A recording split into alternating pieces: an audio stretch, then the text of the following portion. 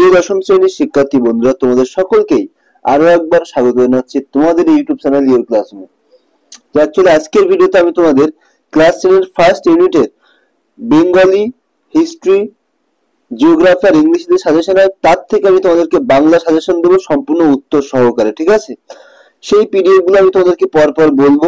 ঠিক আছে, তো একটু দেখে নাও। শুধুমাত্র বাংলার উত্তর নয়, তোমরা কোন কোন সাবজেক্টের উত্তর সহ সাজেশন পাবে সেটা জাস্ট একটু একবার দেখে নাও।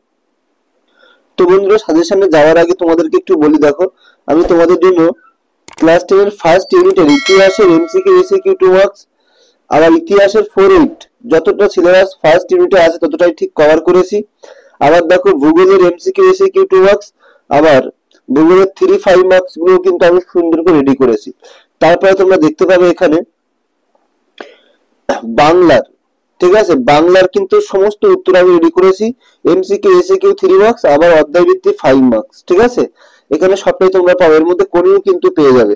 এরপর আমি আর কি রেডি করেছি ক্লাস 10 এর ফার্স্ট ইউনিটের জীবন বিজ্ঞানের, দেখো এখানে ফার্স্ট ইউনিট জীবন বিজ্ঞানের অধ্যায় ভিত্তিক এমসিকিউ এসিকিউ 2 মার্কস, আবার ক্লাস 10 এর ফার্স্ট ইউনিট জীবন বিজ্ঞানের দেখো অধ্যায় ভিত্তিক কিন্তু 5 মার্কস আমি তোমাদের কিন্তু রেডি করে দিয়েছি। ঠিক আছে, তো বন্ধুরা এই চারটে সাবজেক্ট তোমরা কিন্তু উত্তর সহকারে পাবে।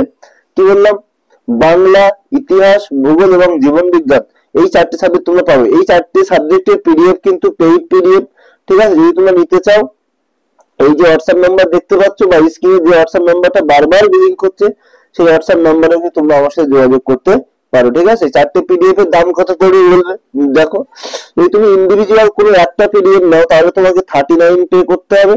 আর যদি তুমি 3-4টে সাবজেক্টের সবটাই নিতে চাও, সবটা, ঠিক আছে, তাহলে তোমাকে কত পে করতে হবে, তাহলে তোমাকে কিন্তু পে করতে হবে 229। কি বললাম, 229 তোমাকে পে করতে হবে। আশা করি বোঝাতে পেরেছি।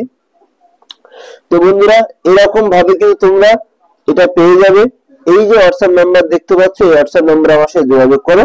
ডেফিনেটলি তোমরা কিন্তু এই টাকাটা পে করে স্ক্রিনশটের মাধ্যমে তোমরা কিন্তু আমার কাছ থেকে পিডিএফ গুলো পেয়ে, আমি তোমাদেরকে পিডিএফটা হোয়াটসঅ্যাপে দিয়ে দেবো। কথা বোঝাতে পারলাম? এবারে আসো যে কি কি সাজেশন থাকছে বাংলা, সেই বিষয়টা একটু আমরা বুঝে নিই। তো বন্ধুরা, একটু সিলেবাসটা বুঝে নাও।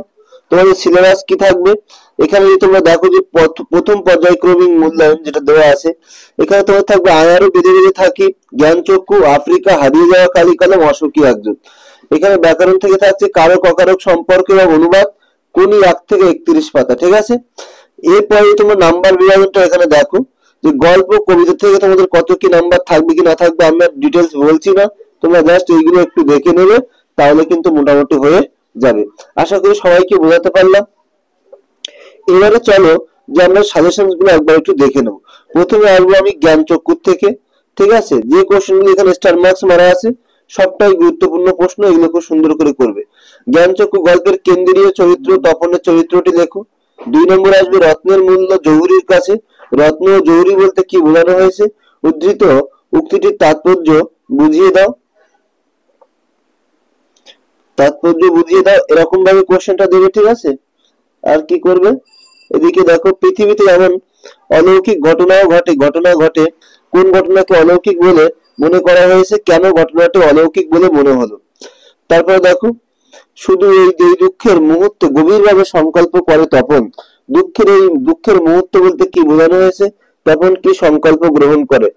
5 কিন্তু নতুন নেশোকে দেখে জ্ঞানচক্ষু খুলে গেল তপনের। কোন ব্যাপারে তপনের জ্ঞানচক্ষু খুব বন্ধ ছিল, সেই জ্ঞানচক্ষু কিভাবে খুলে গিয়েছিল তা জ্ঞানচক্ষু গল্প অবলম্বনে লেখো। তারপরে 6টা কথাটা শুনে তপনের চোখ মার্বেল হয়ে গেল। কোন কথাটা শুনে তপনের চোখ মার্বেল হয়ে গেল, বিষয়টি সংক্ষেপে লেখো। 7 তার চেয়ে দুঃখের কিছু নেই, তার চেয়ে অপমানের।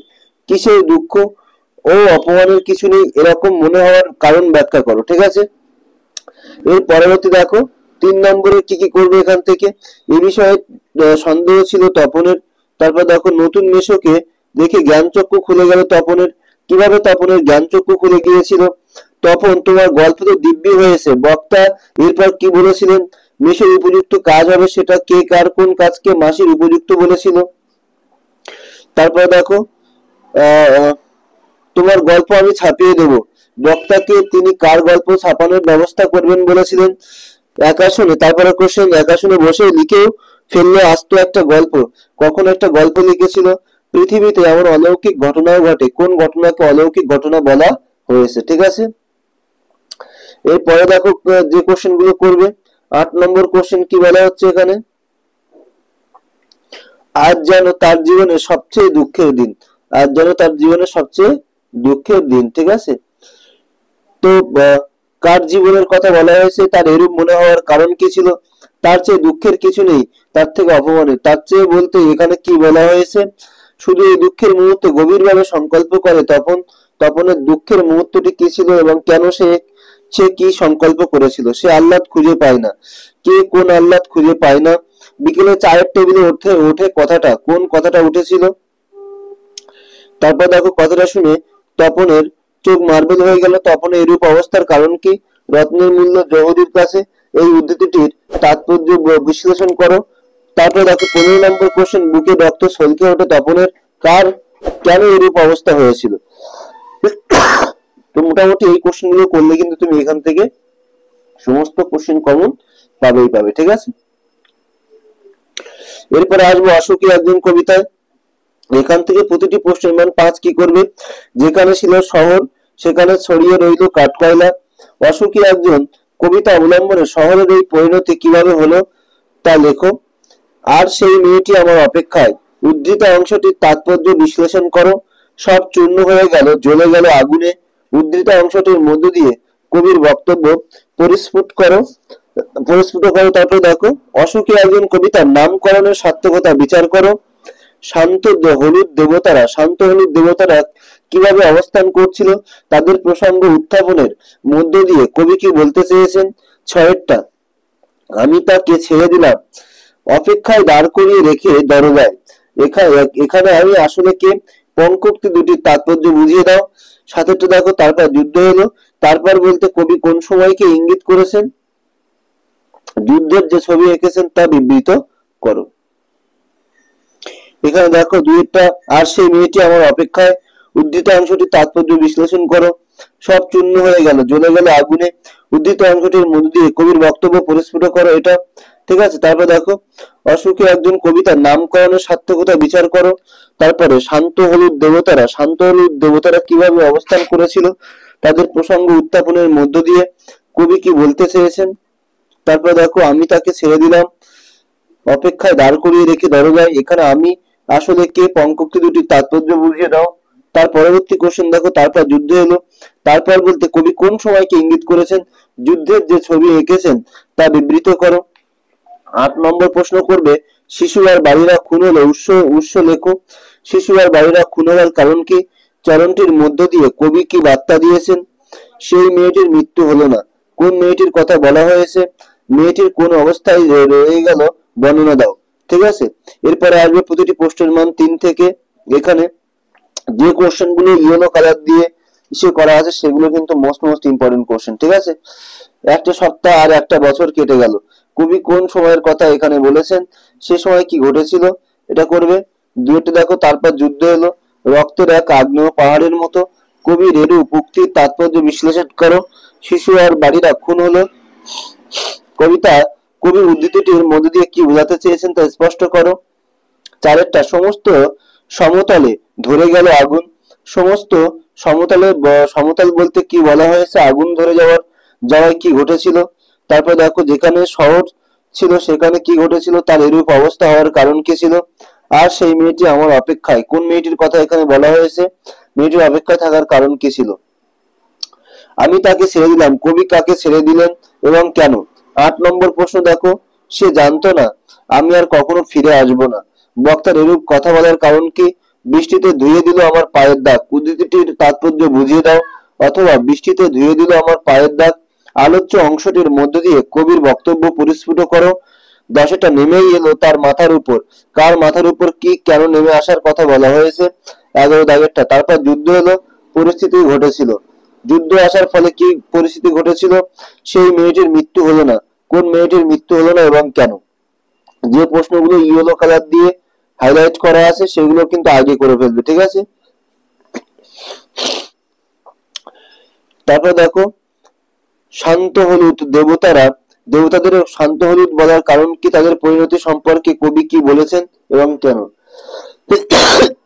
14 দাগেরটা দেখো, সব চূর্ণ হয়ে গেল, জ্বলে গেল আগুনে, কবি কার কথা বলেছেন? কবির মূল বক্তব্য কি, অথবা কোন কোন জিনিসের কথা বলা হয়েছে? এই পরিণতির কারণ কি? এইগুলো খুব ভালো করে করবে, যেগুলো ইয়েলো কালার দিয়ে করা আছে সেগুলো কিন্তু খুব ইম্পর্টেন্ট। এরপরে চলে আসো আয় আরো বেঁধে বেঁধে থাকি কবিতায়। এখানে আয় আরো বেঁধে বেঁধে থাকি কবিতায় প্রতিটি প্রশ্নের মান হচ্ছে 5। 1 নম্বর বলা হচ্ছে আমাদের ইতিহাস নেই। আমাদের বলতে কাদের বোঝানো হয়েছে? আমাদের ইতিহাস নেই কেন? এই ইতিহাস আমাদের না থাকার তাৎপর্য কি, অথবা ইতিহাস নেই বলতে কি বোঝাতে চাওয়া হয়েছে? আমাদের পথ নেই, আর পথ না থাকার কারণ কি? কবি তাদের জন্য কোন পথে নির্দেশ দিয়েছেন? তারপরে দেখো আমরা ভিখারি 12 মাস। এখানে আমরা বলতে কাদের কথা বলা হয়েছে? আমাদের ভিখারি 12 মাস বলতে কবি কি বোঝাতে চেয়েছেন? 4 নম্বর কবি শঙ্কু ঘোষের আয় আরো বেঁধে বেঁধে থাকি কবিতাটির মধ্য দিয়ে কবির সমাজ চেতনার যে পরিচয় পাওয়া যায় তা বিবৃত করো। 5 দেখো, আয় আরো বেঁধে বেঁধে থাকি কবিতাটির মধ্য দিয়ে কবি হতাশার মধ্যে আশার আলো দেখিয়েছেন তা আলোচনা করো। 6 আমাদের ডান পাশে ধস, আমাদের বায়ে গৃহঘাত কোন কবিতার চরণ, কোন অবস্থার পরিপ্রেক্ষিতে কবির এরূপ মন্তব্য করেছেন তা কবিতা নিরীক্ষে বিশ্লেষণ করো। 7 দেখো, আয় আরো বেঁধে বেঁধে থাকি কবিতাটির নামকরণের সার্থকতা বিচার করো।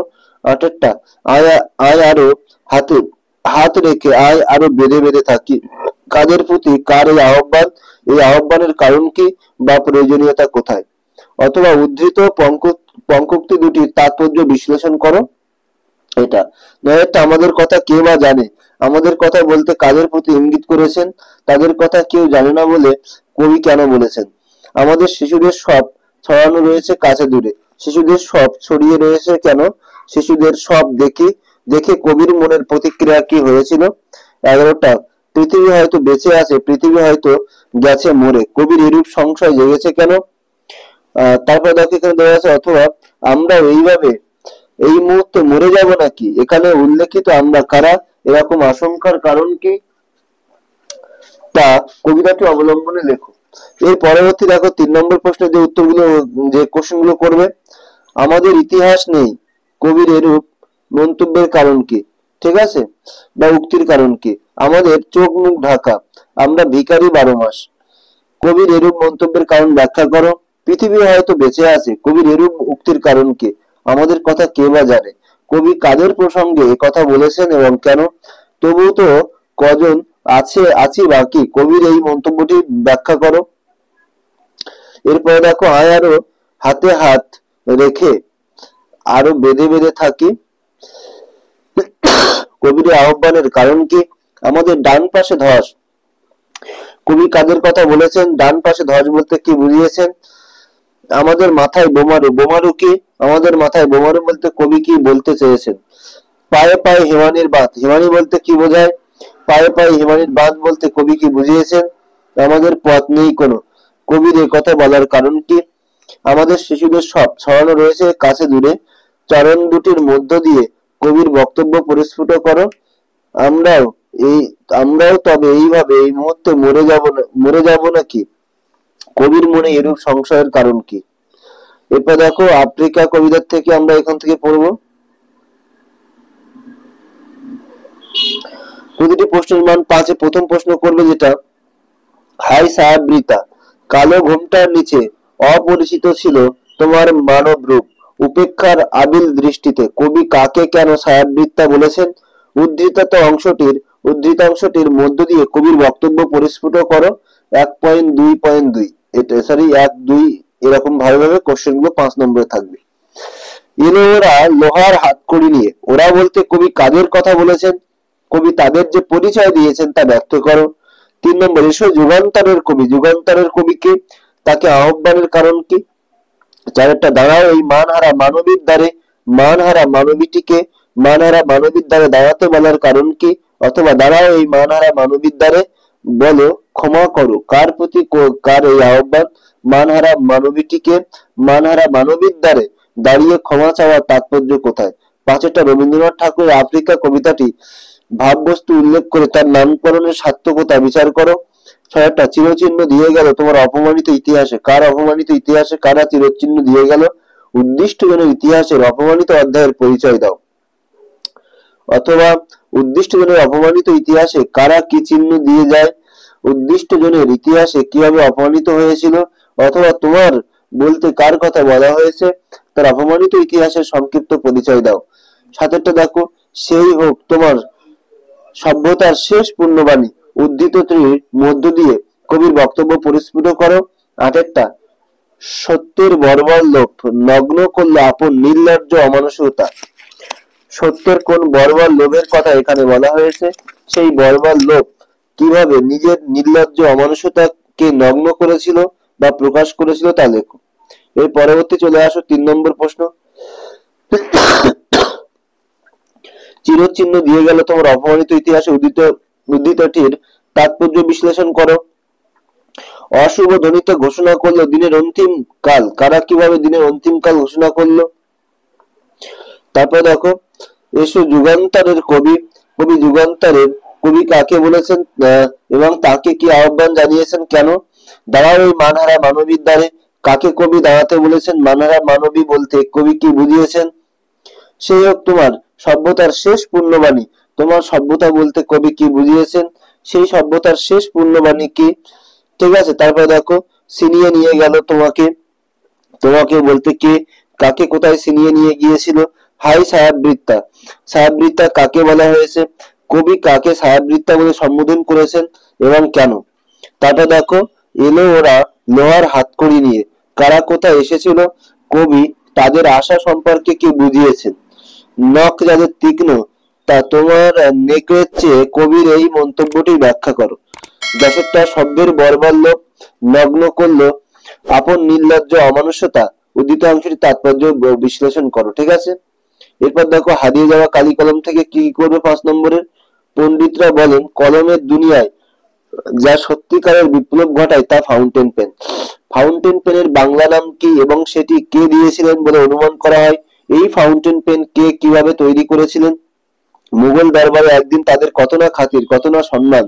এখানে কাদের কথা বলা হয়েছে, তাদের কি ধরনের খাতির হতো, এই খাতিরের কারণ কি ছিল। 3 নম্বর, ক্যালিগ্রাফিস্ট বা লিপি কুশলী কাদের বলা হয়, এদের সম্বন্ধে প্রবন্ধ থেকে কি জানা যায়। দোয়াত যে কত রকমের হতে পারে না দেখলে বিশ্বাস করা শক্ত, লেখক যে দোয়াতের বিবরণ দিয়েছেন তা বিবৃত করো। কথাই বলে কালি কলম মন লেখে 3 জন, উদ্ধৃতটি কোথা থেকে নেওয়া হয়েছে, উদ্ধৃতটির অন্তর্নিহিত অর্থ কি। তারপর দেখো, কলমকে বলা হয় তলোয়ারের চেয়ে শক্তিধর, উদ্ধৃতির অর্থ পরিস্ফুট করো। বক্তার এরূপ উক্তির কারণ কি। ফাউন্টেন পেনের সৃষ্টি ও প্রসারের ইতিহাস, শ্রীপান্তের হারিয়ে যাওয়া কালি কলম প্রবন্ধে যেভাবে ফুটে উঠেছে তা নিজের ভাষায় লেখো। পণ্ডিতরা বলেন কলমের দুনিয়ায় যা সত্যিকারের বিপ্লব ঘটায় তা ফাউন্টেন পেন।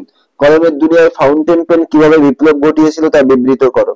9টা বিমর্ষ ওয়াটারম্যান মনে মনে প্রতিজ্ঞা করলেন, ওয়াটারম্যানকে তিনি বিমর্ষ হয়েছিলেন কেন, তার প্রতিজ্ঞার ফল কি হয়েছিল। তারপর দেখো, হারিয়ে যাওয়া কালি কলম প্রবন্ধের নামকরণের সার্থকতা বিচার করো।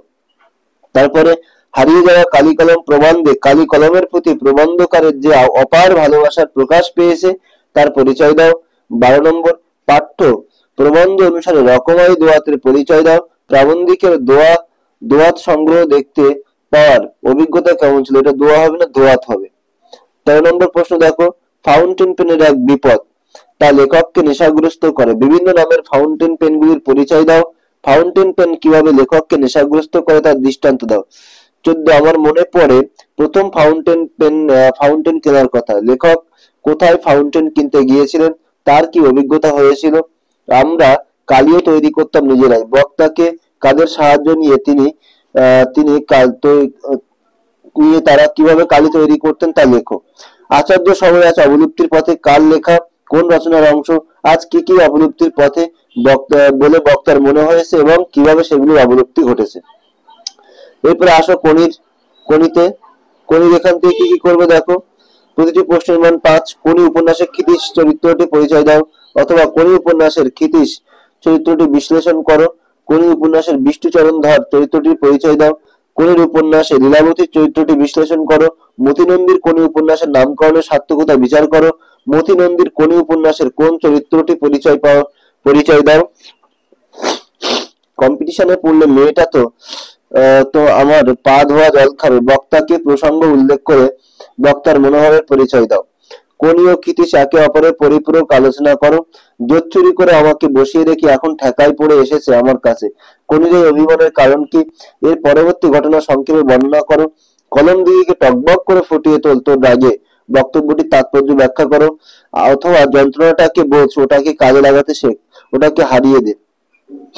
বক্তার এরূপ বক্তব্যের তাৎপর্য বিশ্লেষণ করো। তারপরে দেখো 10 খিদ্দা এবার আমরা কি খাবো। বক্তাকে উদ্দিষ্ট ব্যক্তি কিভাবে তাদের সাহায্য করেছেন। 11 দাগে ফাইট কোনি ফাইট সাধারণ সাঁতারু থেকে চ্যাম্পিয়ন হয়ে উঠতে গিয়ে কোনিকে কি ধরনের ফাইট করতে হয়েছিল নিজের ভাষায় লেখো। আজ কোনির দেরি হয়ে গেছে। কোনির কিসে এবং কেন দেরি হয়ে গিয়েছিল, দেরি হওয়ার ফল কি হয়েছিল। অথবা আজ কোনির দেরি হয়ে গেছে, কোনির আজ দেরি হওয়ার কারণ উল্লেখ করো। সেখানে সে কাজ করত, সেখানে তাকে কি করতে হতো। অথবা আজ কোনির দেরি হয়ে গেছে, কোনির কোথায় এবং কেন দেরি হয়েছে, তার দৈনন্দিন রুটিন কেমন ছিল। ক্ষিতীশ সিংহ কোনিকে সাঁতার চ্যাম্পিয়ন করানোর জন্য যে কঠোর অনুশীলনের ব্যবস্থা করেছিলেন তার পরিচয় দাও। আমার খাওয়ার লোভ নেই, ডায়েটিং করি। কে কাকে এই কথা বলেছিল। বক্তার উল্লেখিত ডায়েটিং এর পরিচয় দাও। বুকের মধ্যে প্রচন্ড একটা মোচড় সে অনুভব করলো। কার কথা বলা হয়েছে, কেন তার এমন অবস্থা হলো। ওটাই তো আমি রে, যন্ত্রণাটাই তো আমি। বক্তাকে উক্তিটির তাৎপর্য বিশ্লেষণ করো। এরপরে দেখো যে কোশ্চেন গুলো ইয়েলো কালার দিয়ে মার্ক করা আছে সেগুলো কিন্তু মোস্ট ইম্পর্টেন্ট, সেগুলোকে আগে করে ফেলবে। প্রথম দিকে লীলাবতী বিদ্রোহ হয়েছিল। লীলাবতীকে সে কার প্রতি কেন বিদ্রোহী হয়েছিল এবং কি হয়েছিল। 4 বছরের মধ্যে প্রজাপতি ডানা মেলে দিয়েছে। প্রজাপতি কি, প্রজাপতির পূর্ব ও বর্তমান অবস্থার পরিচয় দাও। অবশেষে কোনি বাংলা সাঁতার দলে জায়গা পেল। কোনি কিভাবে বাংলা সাঁতার দলে স্থান পেল তা লেখো। এটা বুকের মধ্যে পুষে রাখো। বুকের মধ্যে কি পুষে রাখার কথা এখানে বলা হয়েছে, তা বুকের মধ্যে পুষে রাখার কথা খিদ্দা ভাবছে কেন, অথবা কি কারণে এই পুষে রাখা। আজ বারুণী। তারপরে দেখো আজ বারুণী, বারুণী কি, বারুণী দিনে গঙ্গাঘাটের দৃশ্য কি রূপ ছিল তা বর্ণনা করো। জুপিটার ক্লাবে ক্ষিতীশের বিরুদ্ধে আনা অভিযোগগুলি কি ছিল, এগুলির উত্তরে ক্ষিতীশ সিং এর বক্তব্য কি ছিল তা সংক্ষেপে লেখো। 4 লক্ষ টাকা খরচ করেও আপনি নিজের শরীরটাকে চাকর বানাতে পারবেন না। কে কাকে উদ্দেশ্য করে উক্তি করেছিল। বক্তা কেন এরূপ মন্তব্য করেছেন। কোনির পারিবারিক জীবনের পরিচয় দাও। বিষ্ণুধরের বিরক্তির কারণ হতে পারে 15 হাত 15 দূরের একটা লোক। বিষ্ণুধরের পরিচয় দাও।